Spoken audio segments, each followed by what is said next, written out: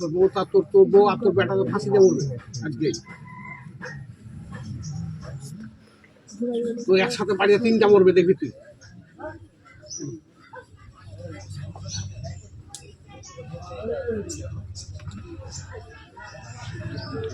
বন্যা হলে এগুলো তো দিয়েছে।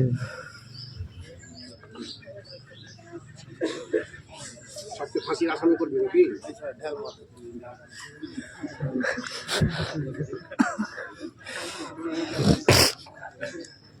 বাড়িতে এসে কুটুম বসে বসে আছে, ভোট নিয়েছে বাড়িতে। লজ্জা লাগলো না? তোর বাড়িতে কুটুম আছে, তোর কুটুম রেখে এসেছে, তুই এখানে এসেছিস? তোর শ্বশুর বাড়ির কুটুম ভর্তি আছে বাড়িখানে এসে। হ্যাঁ, কাল থেকে এসছে, বেড়াতে এসেছে।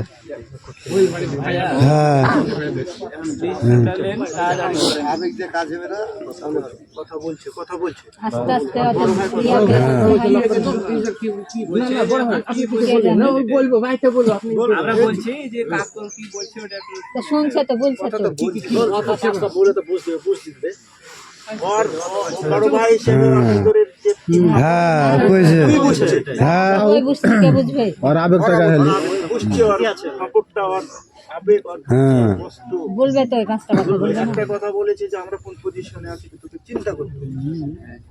তার ভাই আমাদের গ্রামে একজন ইমাম, তাকে খুব আমরা সম্মান দিয়ে একটা বেড়ি ছেড়ে আবাদ করি, বেড়ি ছেড়ে আবাদ করি জায়গাটা আমি মেয়ে না আমার ওখানে।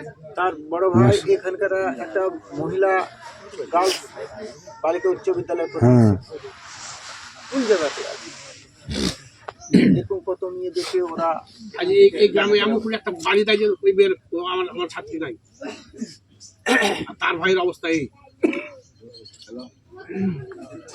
সবাই জানতে পারছি, আমরা কি জানতে পারছি না কাকুরের সাথে সম্পর্ক কি আমাদের খারাপ। তুমি বলো, তুমি কথাগুলো বলো, বলতে এখন কি করবি কর, আর সিদ্ধান্ত নে।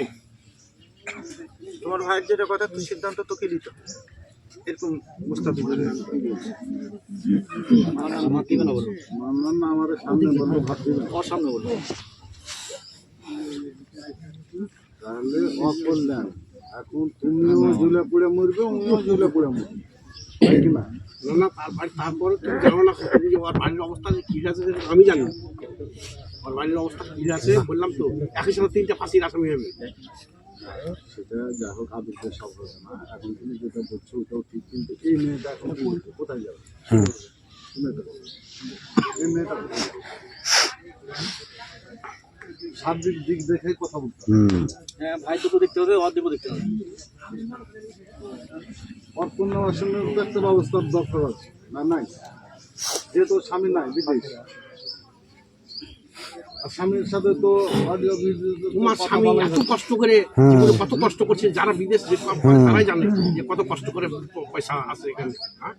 আর তুমি এখানে চাইছে ওই তুমি অন্য ছেলের সাথে চুলকাইছো এখানে, কোন ধরনের তোমারই কি এটা?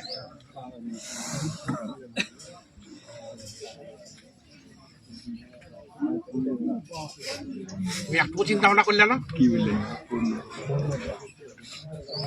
কত কষ্ট করে পয়সা কামাই হয়।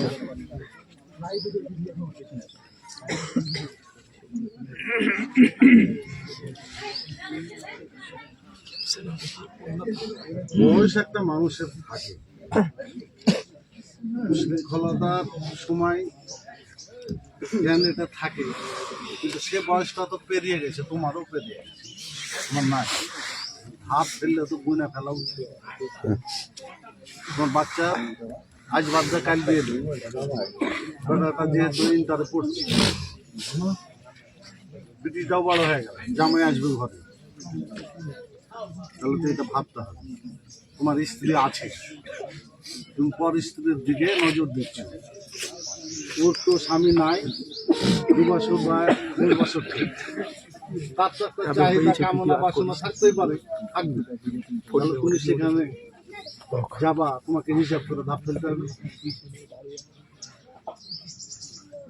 আর মেয়েটাকেও বলবো যে তুমি যে আসবে, মুখটা না খুলো। কোনো বাপের বেটা কি মুখটা খুলতে পারবে?